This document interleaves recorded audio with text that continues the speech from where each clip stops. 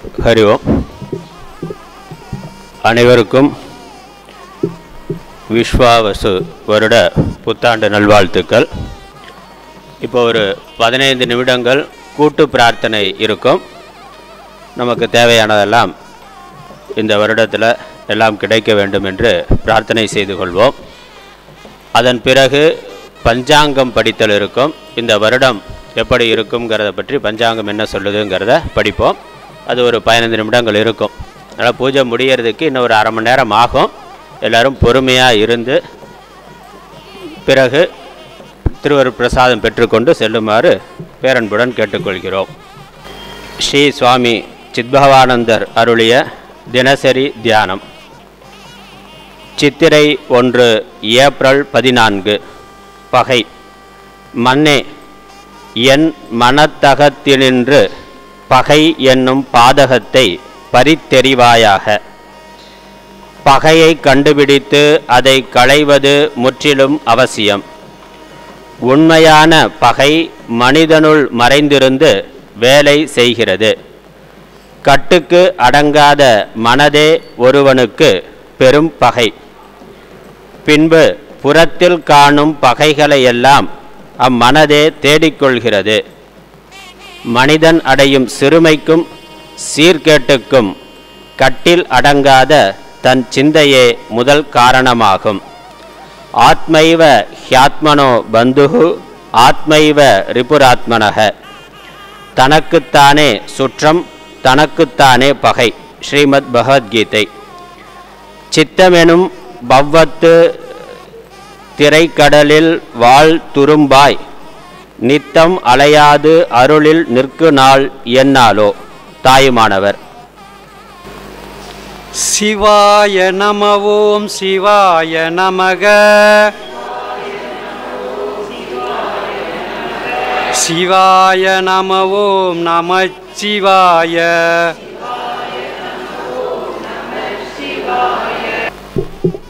திருப்புகழ் தியானம். புகையுடைமை அதிகாரம். பொறுத்தாகை ஒன்றாக வையாகை வைப்பர் பொறுத்தாகை பொன்போல் பொதிந்து. தீங்கு செய்தவரை பொறுக்காமல் வருத்தினவரை உலகத்தார் ஒரு பொருளாக மதியார். ஆனால் பொறுத்தாரை பொன்போல் பொதித்து மனதுள் வைத்து மதிப்பர். பொருள் 155. பொறுமையே வெல்கிறது, கோபமல்ல. சுபாசிதம்.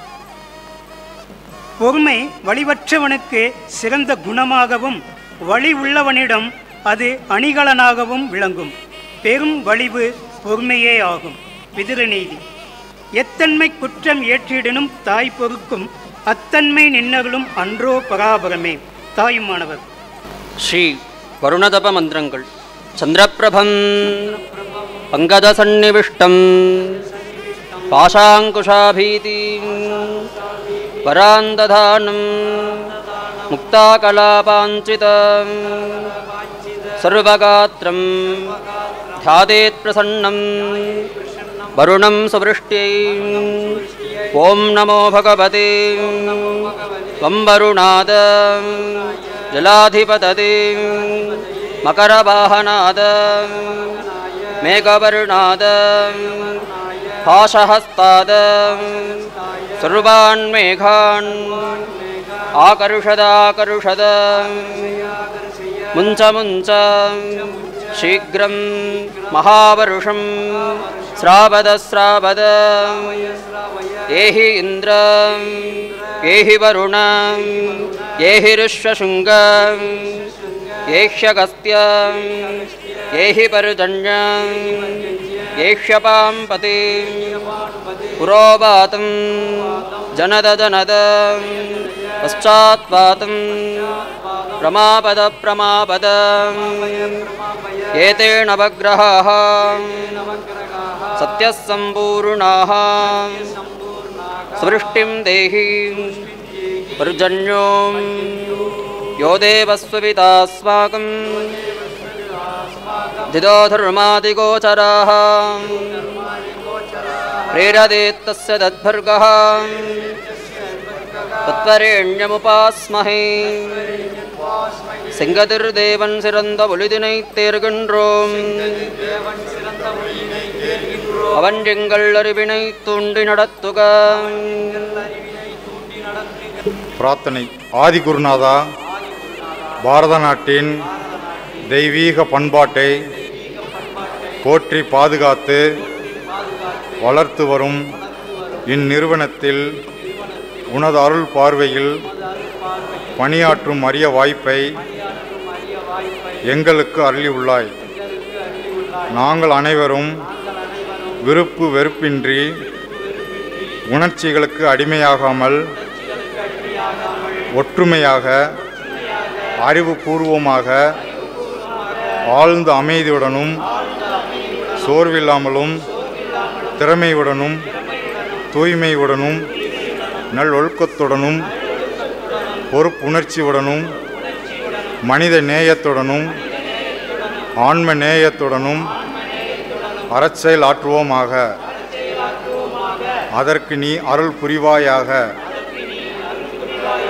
இந்நிறுவன அமைப்பிற்கு பேருதவி புரியும் அனைத்து அன்பர்களுக்கும் எங்களுக்கும் நீண்ட ஆயுளையும் நோயற்ற வலிவான உடல் நலத்தையும் பொருள் செல்வத்தையும் உன்பால் பேரன்பினையும் சீரிய அற வாழ்க்கையையும் நற்பண்புகளையும் அருள்வீராக. வையத்துள் வாழ்வாங்கு வாழ்ந்து யான் எனது என்னும் செருக்கை நீக்கி மனித பிறவியின் மாண்பை உணர உமது அருளை மனமாற பிரார்த்திக்கிறோம். பேரருள் புரிவீராக. ஒழுக்கம் விழுப்பம் தரலான் ஒழுக்கம் உயிரினின் ஓம்பப்படும். ஒழுக்கமே எல்லோருக்கும் மேன்மையை தருவதாக இருப்பதால் அந்த ஒழுக்கம் உயிரை விட சிறந்ததாக போற்றப்படும். போற்றி உலகுரு மூன்றையும் புணர்ப்பாய் மாற்றுவாய் துடைப்பாய் வளர்ப்பாய் காட்பாய். கனியிலே சுவையும் காற்றிலே இயக்கமும் கலந்தாய் போல நீ அனைத்திலும் கலந்தாய். உலகலாம் தானாய் ஒளிர்வாய் போற்றி. அன்னை போற்றி அமுதமே போற்றி.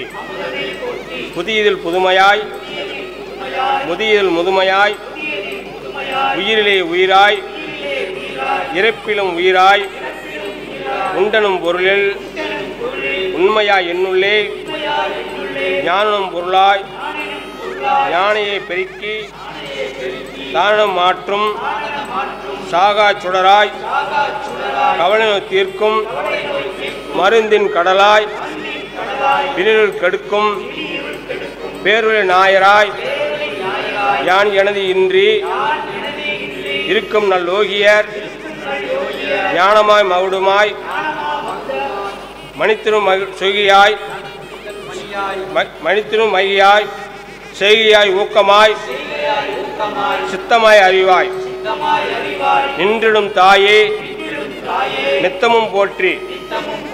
இன்பம் கேட்டேன் ஈவாய் போற்றி. துன்பம் வேண்டேன் துடைப்பாய் போற்றி.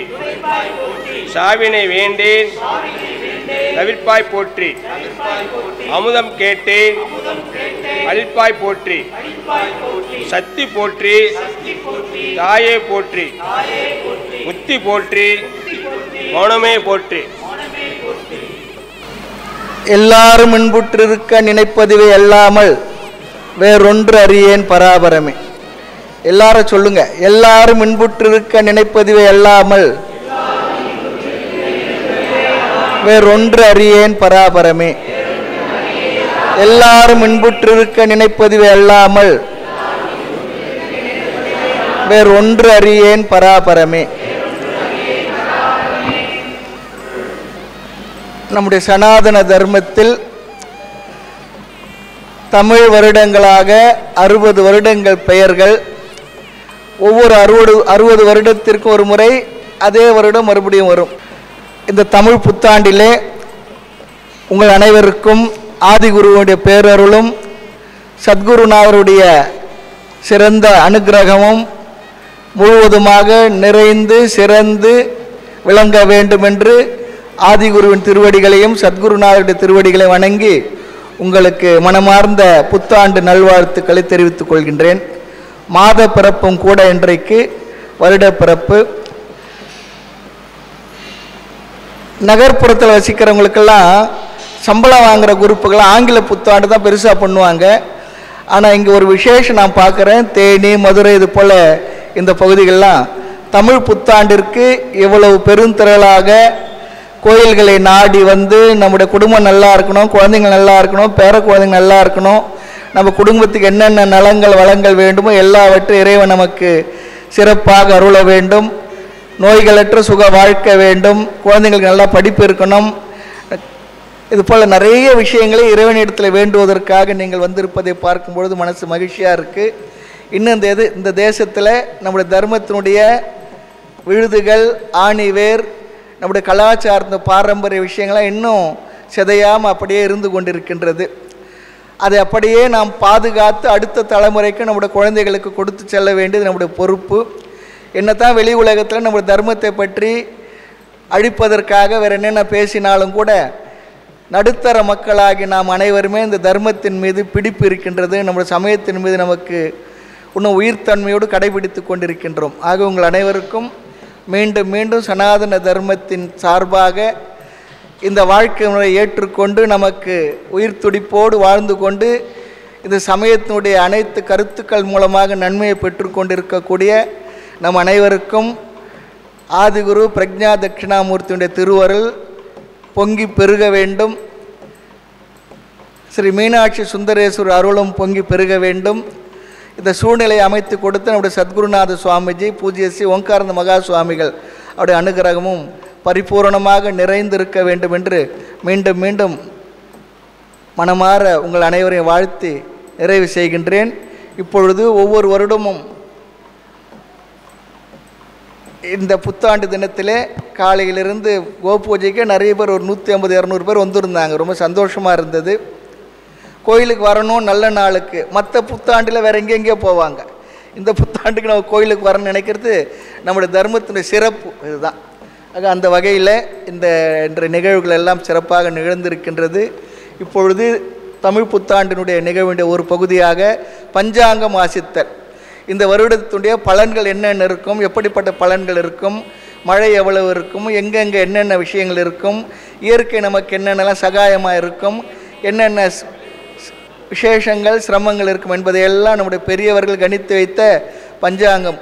அதை இப்பொழுது நம்முடைய அன்பிற்குரிய பெருமைக்குரிய ஸ்ரீ சிவாச்சாரியார் சிவசுப்பிரமணிய குருக்கள், அவர் நாம் எல்லோரும் ரமேஷ் குருக்கள் என்று அழைக்கின்றோம், அவர்கள் நமக்கு இப்பொழுது வாசிப்பார்கள். நாமும் கூட தெரிந்து கொள்வோம். ஹரிவோம். ஹரணம பார்வதி பதஜே. தென்னாருடைய சிவனே போற்றி. சித்தி விநாயகமூர்த்திக்கு, வெற்றிவேல் முருகனுக்கு, ஆதிகுருநாத சுவாமிக்கு, சத்குருநாத மகாராஜுக்கு. எல்லாம் வல்ல ஆதிகுரு ஸ்ரீ பிரக்ஞா தட்சிணாமூர்த்தியினுடைய பரிபூர்ண அனுகிரகத்தாலும் பூஜ்ய ஸ்ரீ சுவாமிஜி ஓம்காரானந்த மகா சுவாமிகளுடைய பரிபூர்ண அனுகிரகத்தினாலும் சுவாமிஜியுடைய அன்பினாலும் இன்று இந்த விஸ்வாவசு வருஷ பஞ்சாங்க பட்டணமானது இப்பொழுது வாசிக்க இருக்கிறோம். அதாவது இந்த பஞ்சாங்க பட்டணம், பஞ்சாங்கம் வாசித்தல் என்ற வைபவமானது நம்மளுடைய தமிழ் மரபிலே தொன்று தொட்டு வெகு காலமாகவே நடந்து கொண்டு வருகிறது. ஒரு பொது இடங்களிலோ அல்லது சிவாலயத்திலோ ஆலயங்களிலோ மக்கள் எல்லாம் ஒன்று கூடி இந்த வருஷத்தினுடைய பலாபலன்கள் என்ன, நவகிரகங்கள் 9 நவகிரகங்களுடைய அவங்களுடைய பொறுப்புகள்லாம் என்னென்ன அப்படின்று இந்த பஞ்சாங்கத்திலே விரிவாக கூறியிருக்கிறார்கள். அது மட்டுமின்றி இந்த வருஷத்தினுடைய பொது பலன்கள், கிரகணங்கள், பெயர்ச்சிகள், தனிப்பட்ட முறையில் இருக்கக்கூடிய நட்சத்திர ராசி, அவர்களுடைய ஆதாய செலவு விரயம், இந்த விவரங்கள்லாம் கொடுக்கப்பட்டிருக்கிறது. இந்த பஞ்சாங்கம் படிக்கிறதுனால என்னென்ன பலன்கள்? இந்த பஞ்சாங்கம் படிக்கிறத கேட்பதே பெரிய புண்ணியம். ஏன்னா பஞ்சாங்கம் என்று சொல்லக்கூடியது திதி, வார, நட்சத்திர, யோக, கரணம் என்று 5 அங்கங்களை உடையதால் இதுக்கு பஞ்சாங்கம் என்று பெயர். இந்த பஞ்சாங்கம் படிப்பதை கேட்பதால் என்னென்ன பலன்கள் அப்படின்னு சொல்லி ஒரு ஸ்லோகம் இருக்குது, அதை சொல்கிறேன் கேளுங்கோ. ஸ்ரீ கல்யாண குணாவகம் ரிபுஹரம் துஸ்வப்னதோஷாபகம் கங்கா ஸ்நான விசேஷ புண்ணியபலதம் கோதான துல்லியம் நிருணாம் ஆயுர்விர்திதமுத்தமம் சுபகரம் சௌபாகிய சம்பத் பிரதம் நானாகர்ம சுசாதனம் சமுதிதம் பஞ்சாங்கமாகர்ணியதாம். அதாவது இந்த பஞ்சாங்க படனத்தை கேட்பவர்களுக்கு எல்லா விதமான நற்குணங்களும் கிடைக்கின்றன. எதிரிகளை வலுவிழக்கச் செய்கிறது. கெட்ட கனவுகளால் ஏற்படும் தோஷங்கள் எல்லாம் நீங்கிவிடுகின்றன. மேலும் கங்கா ஸ்நானத்தினால் ஏற்படும் புண்ணிய பலன்களும் கோதானம் செய்வதால் உண்டாகும் பலன்களுக்கு சமமான நல்ல பலன்களும் நீண்ட ஆயுளும் எல்லா விதமான சௌக்கியங்களும் செல்வங்களும் உண்டாகின்றன. இப்படிப்பட்ட பலன்களை இந்த பஞ்சாங்கம் வாசிப்பதை கேட்பதால் உண்டாகின்ற நன்மைகள். இப்பொழுது சூரிய பகவானை பிரார்த்தனை செய்து ஒரு ஸ்லோகம் சொல்லியிருக்கிறார்கள். ஆதித்ய சர்வலோகேஷ அந்தகார நிவாரக என்று ஒரு ஸ்லோகமானது இருக்கிறது. பிரம்மஸ்வரூப உதயே மத்தியானேது மகேஸ்வரः அந்தகாலே ஸ்வயம் விஷ்ணு திரைமூர்த்தி திவாகரः என்று பிரார்த்தனை செய்து கொண்டு, அதாவது சிவபெருமானானவது அஷ்டமூர்த்தி என்று பெயர் இந்த எழுதியிருக்கு. அஷ்டமூர்த்தியை ஆல நிழல் அமர் பட்டனுக்கு அப்படின்னு. சிவபெருமான் சுவாமி பஞ்சபூதங்களாகவும் சூரியன், சந்திரன், அக்னி இந்த மூன்றும் சேர்ந்து 8 விதமான மூர்த்திகளாக நமக்கு கண்ணுக்கு தெரிகிற மூர்த்திகளாக தெரிகிறார் நம்ம சுவாமி. இப்படிப்பட்ட இந்த சூரியனுடைய பகவானை பிரார்த்தனை செய்து இந்த விஸ்வாவசு வருஷ வெண்பா இந்த பாடலானது இப்பொழுது பாட இருக்கிறோம்.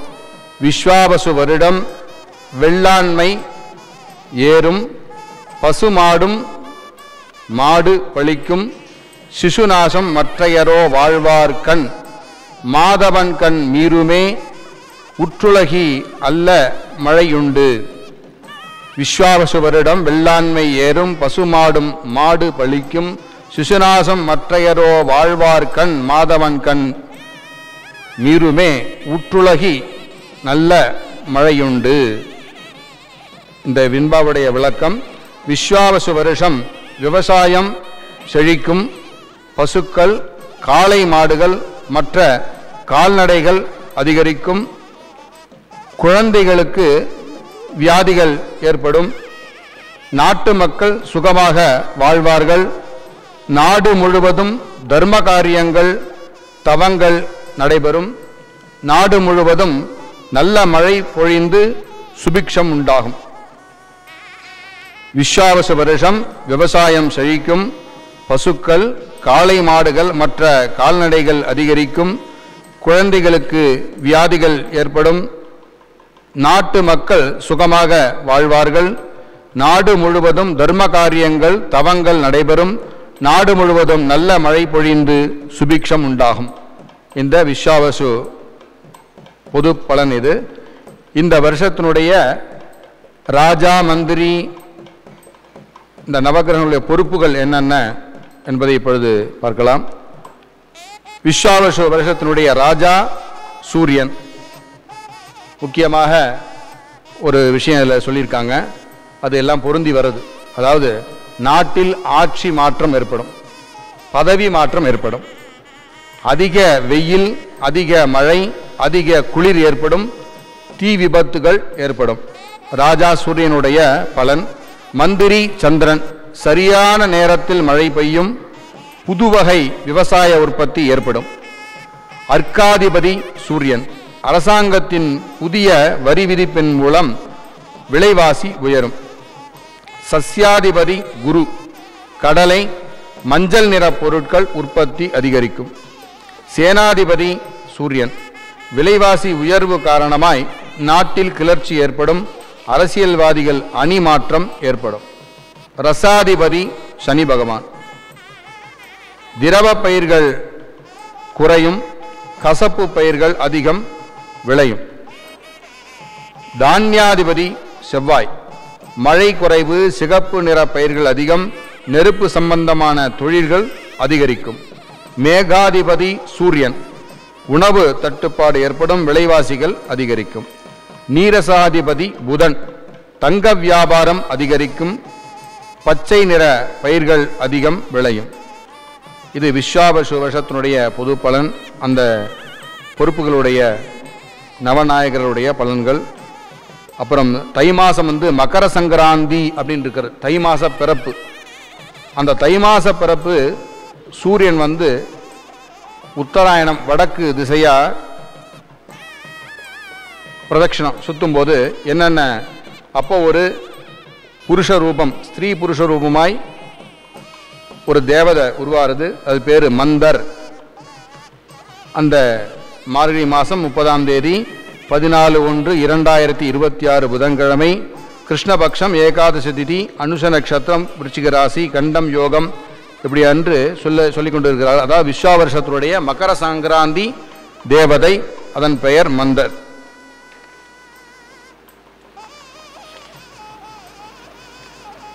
முக்கியமாக இந்த ஆண்டில் உள்ள பெயர்ச்சிகள் என்னென்ன என்று பார்ப்போம். குரு பெயர்ச்சி. குரு பகவான் விஸ்வாவசு வருஷம் சித்திரை மாதம் 28ஆம் தேதி 11/5/2025 ஞாயிற்றுக்கிழமை பகல் மணி 1:19க்கு மிருகசீரிஷ நட்சத்திரம் 2ஆம் பாதம் ரிஷப ராசியிலிருந்து மிருகசீரிஷ நட்சத்திரம் 3ஆம் பாதம் மிதுன ராசியில் பிரவேசிக்கிறார். குரு பயிற்சி மே மாதம் 11ஆம் தேதி ரிஷப ராசியிலிருந்து மிதுன ராசிக்கு மதியம் 1:19 மணிக்கு பயிற்சி செய்கிறார். அப்புறம் குரு அதிச்சாரம். குரு பகவான் ஒரு ராசிக்கு போயிட்டு அதுக்கு முன்னாடி ராசிக்கும் கொஞ்சம் போயிட்டு வருவார். அந்த விஷயம் எப்போ நடக்குதுன்னா புரட்டாசி மாதம் 22ஆம் தேதி 8/10/2025 புதன்கிழமை புனர்பூச நட்சத்திரம் 4ஆம் பாதம் கடக ராசிக்கு செல்கிறார் அப்படின்னு சொல்லியிருக்காங்க. மறுபடி இந்த ராசியில் தான் இருப்பார். அப்புறம் சனி பெயர்ச்சி. சனி பகவான் விஸ்வாவசு வருஷம் மாசி மாதம் 22ஆம் தேதி 6/3/2026 வெள்ளிக்கிழமை காலை மணி 8:26 பூரட்டாதி நட்சத்திரம் 3ஆம் பாதம் கும்பராசியில் இருந்து பூரட்டாதி நட்சத்திரம் 4ஆம் பாதம் மீன ராசியில் பிரவேசிக்கிறார். சனி பகவான் விஸ்வாவசு வருஷம் மாசி மாதம் 22ஆம் தேதி 6/3/2026 வெள்ளிக்கிழமை காலை 8:26 மணிக்கு கும்பராசியிலிருந்து மீனராசிக்கு பிரவேசம் செய்கிறார். இந்த ராசிகள் எல்லாம், அதாவது சனி பகவான் குரு பகவான்னா பிரதட்சிணமாக பண்ணுவாங்க. அதே சமயத்தில் ராகு பெயர்ச்சி கேது பெயர்ச்சி ரிவர்ஸில் வருவாங்க, திரும்பி முன்னாடி ராசியிலேருந்து அதுக்கு முன்னாடி ராசிக்கு இப்படி அப்பிரதட்சிணமாக வருவாங்க. அந்த பயிற்சி எப்போ நடக்குதுன்னா ராகு பகவான் விஸ்வாவசு வருஷம் சித்திரை மாதம் 13ஆம் தேதி 26/4/2025 சனிக்கிழமை மாலை 4:20 மணிக்கு பூரட்டாதி நட்சத்திரம் 4ஆம் பாதம் மீன ராசியிலிருந்து பூரட்டாதி நட்சத்திரம் 3ஆம் பாதம் கும்பராசிக்கு பிரவேசிக்கிறார். மீனராசியிலிருந்து கும்பராசிக்கு பிரவேசிக்கிறார். அதே நாள் அதே நேரம் கேது பயிற்சி 26/4/2025 மாலை 4:20 மணிக்கு கன்னியா ராசியிலிருந்து சிம்ம ராசிக்கு கேது பகவான் பயிற்சி செய்கிறார். இதெல்லாம் ஒரு விஷயம் இருக்குது. அப்புறம் முக்கியமாக நம்ம விஸ்வாச வருஷ கந்தாய பலன், நமக்கு என்னென்ன விஷயங்கள் ஆதாயம், என்னென்ன விரயம், அதே போல் ஒரு வருஷத்தை 3 பகுதியாக பிரிச்சிருக்காங்க. ஒவ்வொரு 4 மாதமாக, முதல் 4 மாதம், இரண்டாவது 4 மாதம், மூன்றாவது 4 மாதம் பிரிச்சா 12 மாதம் வந்துடுது. இதை 3 நம்பராக கொடுத்துருக்காங்க. அதில் 0 மட்டும் வந்தால், முதல்ல 0 வந்துச்சுன்னா கஷ்டம், இரண்டாவது 4 மாதங்கள் 0 வந்தால் தரித்திரம், மூன்றாவதா 0 வந்தால் நிம்மதி குறைவு அப்படின்னு சொல்லி இந்த பலன்களானது இருக்கிறது. இப்போ ஒவ்வொரு நட்சத்திரத்துக்கும் பார்த்துக்கலாம். அஸ்வதி நட்சத்திரம் 301, பரணி நட்சத்திரம் 614, கிருத்திகை நட்சத்திரம் 122, ரோஹிணி நட்சத்திரம் 400, மிருகசீரிஷ நட்சத்திரம் 713, திருவாதிரை நட்சத்திரம் 221, புனர்பூச நட்சத்திரம் 504, பூச நட்சத்திரம் 012, ஆயில்ய நட்சத்திரம் 320, மகா நட்சத்திரம் 603, பூர நட்சத்திரம் 111, உத்தர நட்சத்திரம் 424, ஹஸ்த நட்சத்திரம் 702, சித்திரை நட்சத்திரம் 210, சுவாதி நட்சத்திரம் 523, விசாக நட்சத்திரம் 001, அனுஷ நட்சத்திரம் 314, கேட்டை நட்சத்திரம் 622, மூல நட்சத்திரம் 100, பூராட நட்சத்திரம் 413, உத்தராட நட்சத்திரம் 721, திருவோண நட்சத்திரம் 204, அவிட்ட நட்சத்திரம் 512, சதய நட்சத்திரம் 020, பூரட்டாதி நட்சத்திரம் 303, உத்தரட்டாதி நட்சத்திரம் 611, ரேவதி நட்சத்திரம் 124. இப்பொழுது எவ்வளோ ஆதாயம், எவ்வளவு விரயம், நமக்கு எவ்வளோ வரவு, எவ்வளோ செலவு. செலவு நிறையா இருந்தால் கூட சுப காரியங்கள்லாம் நிறையா நடக்கும் இந்த வருஷங்கள். அது சம்பந்தப்பட்ட பயிற்சிகள்லாம் ஆணுகூல்யமாக இருக்கிறதுனால சில ராசிகளுக்கு செலவு அதிகமானால் கூட அது நல்ல செலவாக அமையணும்னு சொல்லி நம்மள்கிட்ட சுவாமிகிட்ட நல்லா பிரார்த்தனை பண்ணிப்போம். அதே சமயத்தில் பயிற்சிகளும் அதுக்கு அனுகூலமாக இருக்கிறது. அதுபடி பார்த்தோம்னா மேஷம் விருச்சிக ராசிக்கு 2 ஆதாயம் 14 விரயம், ரிஷபம் துலா ராசி 11 ஆதாயம் 5 விரயம், மிதுனம் கன்னி 14 ஆதாயம் 2 விரயம், கடக ராசி 14 ஆதாயம் 8 விரயம், சிம்ம ராசி 11 ஆதாயம் 11 விரயம், தனுசு ராசி மீன ராசிக்கு 5 ஆதாயம் 5 விரயம், மகர ராசி கும்பராசிகளுக்கு 8 ஆதாயம் 14 விரயம்.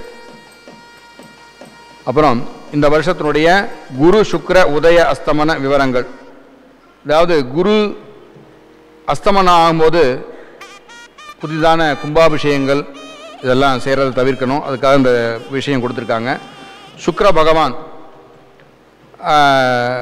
அஸ்தமனமாகும்போது கிரகப்பிரவேசங்கள் இதுமாரி விசேஷங்கள்லாம் செய்யக்கூடாது அப்படின்னு சொல்லி நமக்கு சொல்லியிருக்காங்க. அதனால் இந்த விஷயங்கள்லாம் பார்க்கலாம். குரு பகவான் வைகாசி மாதம் 23ஆம் தேதி 6/6/2025 வெள்ளிக்கிழமை காலை 9:53 மேற்கில் அஸ்தமனமாகி ஆனி மாதம் 22ஆம் தேதி 6/7/2025 ஞாயிற்றுக்கிழமை காலை 10 மணிக்கு கிழக்கில் உதயமாகிறார். சுக்கிர பகவான் விஸ்வாவச வருஷம் கார்த்திகை மாதம் 27ஆம் தேதி 13/12/2025 சனிக்கிழமை காலை மணி 9:40 கிழக்கில் அஸ்தமனமாகி தை மாதம் 28ஆம் தேதி 11/2/2026 புதன்கிழமை காலை 9:52 மணிக்கு மேற்கில் உதயமாகிறார். இது ஒவ்வொரு குரு அஸ்தமன காலங்களில் ரிக்வேதிகள், சுக்கிர அஸ்தமன காலங்களில் யஜுர்வேதிகளும் உபநயனம் விவாகம் செய்தல் கூடாது, சுபகாரியங்கள் தவிர்க்கவும் அப்படின்னு சொல்லியிருக்காங்க. அதேமாரி குரு சுக்கிர அஸ்தமன காலங்களிலே தேவதா பிரதிஷ்டை என்று சொல்லக்கூடிய கும்பாபிஷேக விஷயங்களை நம்ம தவிர்க்க வேண்டும் அப்படி சொல்லி இந்த விஸ்வாவச வருஷ பலன்களெல்லாம் நம்மளுடைய பஞ்சாங்கத்தில் உள்ளபடி இப்பொழுது நம்மெல்லாம் தெரிந்து கொண்டோம். சுவாமிஜி சொல்வார், பொதுவாக என்னதான் நமக்கு நம்மளுடைய இந்த பிறப்பே புண்ணிய பலன்கள்லாம் கிடச்சிருக்கு, அதில் சந்தேகமே கிடையாது. அதுவும் இந்த பாரத தேசத்தில் தமிழ்நாட்டில் சைவ மதத்தில் ஹிந்து மதங்கிற சொல்லக்கூடிய சைவ மதத்தில் இந்த பிறந்தது பெரிய பாக்கியம், பெரிய புண்ணியம், அதில் சந்தேகமே கிடையாது. அந்த பிறப்பெடுத்ததுக்கான பலன்களை நாம் அனுபவித்து கொண்டு இருக்கிறோம். அதே சமயத்தில் புண்ணிய காரியங்களை அதிகம் செய்து பாப காரியங்களை நீக்க வேண்டும். இதுக்கு தான் நம்ம அந்த பூஜைகள், ஜபங்கள், கோயிலில் தரிசனம் பண்ணுறது, முன்னோர்களுக்கு திதி கொடுக்கறது, அப்படி சொல்லக்கூடிய நம்மளுடைய மத ஆச்சாரங்கள் எல்லாத்தையும் வழிபட்டு வந்து நம்ம கடைபிடிக்கிறோம். குலதெய்வ வழிபாடு எல்லாமே இது சேர்ந்து அடங்கும். இது மற்ற இதில் அப்படி கிடையாது. நமக்கு பெரிய பாக்கியம். அதே போல் நிறையா பேதங்கள்லாம் இருக்கிறது. வடமொழி, தென்மொழி அப்படின்னு சொல்லி நிறையா தமிழ் மீது பற்று அப்படிங்கிற விஷயத்தை வச்சுக்கொண்டு நம்மளுடைய முன்னோர்கள் கடைபிடித்த விஷயங்களை, சிவபெருமான் கொண்டு வந்த ஆகமங்களை நம்மெல்லாம் அதை புறக்கணிக்கக்கூடாது. ஒரு மொழி பற்று வச்சுன்னு அதை செய்யக்கூடாது. மொழி பற்று இருக்கணும். அதை எப்படி காமிக்கணும்னா தேவாரம், திருவாசகம் நல்லா படித்து சிவபெருமான்கிட்ட ஓதணும்னு சொல்லி இந்த விஷயத்தை கேட்டுக்கிறேன். அதே சமயத்தில் நம்மெல்லாம் தமிழர்கள் தமிழ் உணர்வோடு நம்ம வாழ்ந்து கொண்டு இருக்கிறோம். ஆனால் தமிழ் மொழி எப்படி வந்தது அப்படின்னு ஒருத்தரை கேட்டால் அதை பற்றியான சரியான விளக்கம் யார்கிட்டையுமே இல்லை. இந்த சன்னதியில் சுவாமிஜியோட அனுமதியோடு இதை சொல்கிறேன். தமிழ் மொழி நமக்கு எப்படி கிடைத்ததுங்கிற விஷயம் நமக்கு எத்தனை பேருக்கு தெரியும்? யாரெல்லாம் சொல்லியிருக்காங்க அப்படின்னா யாருக்குமே தெரியாது. அதான் உண்மை. அது காலேஜிலையாக இருக்கட்டும், எந்த ஸ்கூல் பாடத்திலையும் இருக்கும், தமிழ் மொழி எப்படி கிடைச்சதுன்னா நமக்கு தெரியாது. ஆனால் நம்மெல்லாம் தமிழர்கள். தமிழ் மொழி நம்ம சொல்கிறோம். தமிழ் மொழியோட கடவுள் யார்? முருகப்பெருமான். தமிழ் கடவுள் முருகன்ற விஷயம் மட்டும் எல்லாருக்கும் தெரியும். அது எப்படி கிடைத்ததுங்கிற இந்த விஷயத்தை இந்த சன்னதியில் இந்த வருஷத்தில் நம்ம தெரிஞ்சுக்கலாம். இது எங்கே இருக்குது அப்படின்னா நம்மளாம் சொல்கிறது கிடையாது. நிறைய நூல்களை நம்ம படிக்கணும். அதில் விசேஷமாக அபிதான சிந்தாமணின்னு சொல்லி ஒரு நூல் தமிழில் தான் இருக்குது. அந்த நூலில் இது குறிப்பிடப்பட்டிருக்கிறது. எப்படின்னா, அகஸ்தியர் தமிழ் மொழியை தனக்கு வேணும் சொல்லி சிவபெருமான்கிட்ட போய் கேட்குறார். சிவபெருமான் என்ன சொல்கிறார்? இதை நான் சொல்கிறத விட முருகப்பெருமான் உனக்கு சொல்லி கொடுப்பார், உனக்கு அருள் புரிவான்னு சொல்லி திருத்தணிகை நம்ம கேள்விப்பட்டிருக்கோம், திருத்தணி முருகன், அங்கே போய் நீங்கள் தபம் பண்ணுங்க அப்படி சொல்கிறார். அகஸ்தியர் போய் திருத்தணி மலையில் போய் நிறையா காலம் தபம் புரிந்து முருகப்பெருமானை வேண்டி தபம் செய்கிறார். முருகப்பெருமான் பிரத்யட்சமாகி உனக்கு எல்லாம் நான் சொல்லித்தரேன், ஆனால் நீ பொதிய மலைக்கு வா அப்படின்றார். நம்ம பொதிய மலை, திருநெல்வேலி மாவட்டம் பொதிய மலைக்கு வர சொல்கிறார். உடனே அவர் கிளம்பி வரிசையாக ஒவ்வொரு க்ஷேத்திரமாக தரிசனம் பண்ணிட்டு அகஸ்தியர் பெருமான் பொதிகை மலைக்கு சென்று அங்கே முருகப்பெருமானை வழிபடுகிறார். விசேஷமாக என்ன சொல்கிறாங்கன்னா, முருகப்பெருமான் வந்து ஒரு சிம்மாசனத்தில் உட்கார்ந்து அனுகிரகம் பண்ணுறார். அவருடைய அந்த ஆசனத்திலிருந்து ஒரு வாசனை வருகிறதாம். அந்த வாசனையை எடுத்து முருகப்பெருமான் அகஸ்தியர் கையில் கொடுக்கிறார். அந்த வாசனை தமிழ் மொழியாக மாறியது. அதனால தான் ஒரு விசேஷமான நம்ம எந்த மொழிக்கும் இல்லாத ஒரு சிறப்பு நம்ம சொல்லுவோம், தமிழ் மனம் அப்படின்னு சொல்லுவோம். மனம் என்றால் வாசனை. எந்த மொழிக்கும் மனங்கிற ஒரு வார்த்தையை உபயோகிக்க மாட்டாங்க. விசேஷமாக முருகப்பெருமானுடைய அவருடைய ஆசனத்திலிருந்து அந்த விசேஷமான மனத்தை உண்டாக்கி அந்த மனமானது தமிழாக்கப்பட்டு அதிலிருந்து அகஸ்தியர் மூலமாக வளர்க்கப்பட்டது தமிழ் மொழி. இந்த விஷயத்தை நம்ம இப்போ எல்லாம் தெரிஞ்சுட்டோம் இந்த சன்னதியில். அதுக்கு பாக்கியம் நம்மளுடைய பூஜை ஸ்ரீ சுவாமிஜி ஓம்காரானந்த சுவாமிஜி. எல்லாரும் இதை மறக்கக்கூடாது. நம்மளுடைய சங்க சமய இலக்கியங்கள் தான் நம்மளுடைய உண்மையான பொக்கிஷங்கள். நம்ம பண்பாடெல்லாம் காப்பாற்றி இப்போ 2 ஸ்லோகம் சொல்கிறேன். இந்த சமயத்தில் சுவாமிகிட்ட நல்லா பிரார்த்தனை பண்ணிப்போம். ஆக தமிழ் மொழி நமக்கு முருகப்பெருமான் கையிலிருந்து தான் வந்தது. இதை யாரும் மறுக்கக்கூடாது, யாரும் மறக்க முடியாது. அதனால தான் அவரை தமிழ் கடவுள் அப்படின்னு சொல்கிறோம். இப்போ ஒரு 2 பிரார்த்தனை மட்டும் சொல்கிறேன், நீங்கள் எல்லாம் திருப்பி சொல்லுங்கள். அபராத சஹஸ்ராணி கிரியந்தே ஹர்நிஷம் மயா தாசோயமிதி மாம் மத்வா க்ஷமஸ்வ பரமேஸ்வர ஸ்ரத்தாம் மேதாம் யசஹ பிரக்ஞாம் வித்யாம் புத்திம் ஸ்ரீயம் பலம் ஆயுஷ்யம் தேஜ ஆரோக்கியம் தேஹிமே பரமேஸ்வர. என்ன ஸ்லோகம் சொல்றதுன்னா, சிவபெருமானே நாங்கள் தெரிஞ்சும் தெரியாமல் 1000 தப்புக்கு மேலே பண்ணியிருக்கோம், ஒவ்வொரு நாளும் பண்ணிட்டு இருக்கோம். அதெல்லாம் எங்களுக்காக நான் உங்களுடைய அடிமை, அதனால் எங்களை மன்னித்து நாங்கள் மேலும் தப்பு செய்யாமல் தடுத்து எங்களை காப்பாற்றுங்க, இந்த பிறவி கடல்லேருந்து எங்களை மீட்டு கொடுங்கன்னு சொல்லி வேண்டிக்கிட்டோம். அதே சமயத்தில் நமக்கு இறைவன் மேலே உண்மையான பக்தி, உடம்புக்கான தீர்க்க ஆயுசு, ஆரோக்கியம், தெளிவான புத்தி, அதை யோசிக்கிற புரிஞ்சுக்கிற ஒரு சக்தி, இதெல்லாம் கொடுங்க அப்படின்னு சொல்லி தான் இப்போ தட்சிணாமூர்த்திட்ட பிரார்த்தனை பண்ணிட்டோம். இங்கேயே தான் எழுதிப்பட்டிருக்கு, ஓம் நமோ பகவதே தட்சிணாமூர்த்தே மக்கியம் மேதாம் பிரக்ஞாம் பிரயச்ச ஸ்வாஹா அப்படின்னு. இதுக்கு என்ன அர்த்தம்னா, ஓம் நமோ பகவதே தட்சிணாமூர்த்தையே, தட்சிணாமூர்த்தி பகவானே எங்களுக்கு, மக்கியம்னா எனக்கு, மேதாம் பிரக்ஞாம் விசேஷமான மேலான அறிவை கொடு, ஞானத்தை கொடு என்று இந்த இடத்துல இந்த மூலமந்திரத்தோட அர்த்தங்களை தெரிஞ்சுட்டோம். இப்போ சுவாமிக்கு தீபாரணை பண்ணிட்டு நம்ம பூஜை ஸ்ரீ சுவாமிஜியுடைய அந்த திருவுருவத்துக்கு புஷ்பங்கள்லாம் சமர்ப்பணம் பண்ணிட்டு சுவாமிஜி அவர்கள் இந்த பூஜையில் வைத்திருந்த நாணயங்களை கொடுப்பாங்க. வழக்கமாக நம்ம ஆசிரமத்தில் கொடுக்கறது, வரிசையாக எல்லாரும் அந்த பிரசாதமான நாணயத்தை வாங்கி கொண்டு தீர்த்தம் விபூதியெல்லாம் வாங்கி கொண்டு பிரசாதங்கள்லாம் வாங்கி கொள்ளுமாறு அன்போடு கேட்டுக்கொண்டு மீண்டும் விஸ்வாவசு நூதன புதிய வருஷ புத்தாண்டு நல்வாழ்த்துக்களை தெரிவித்துக் கொள்கிறோம். ஹரிவோம்.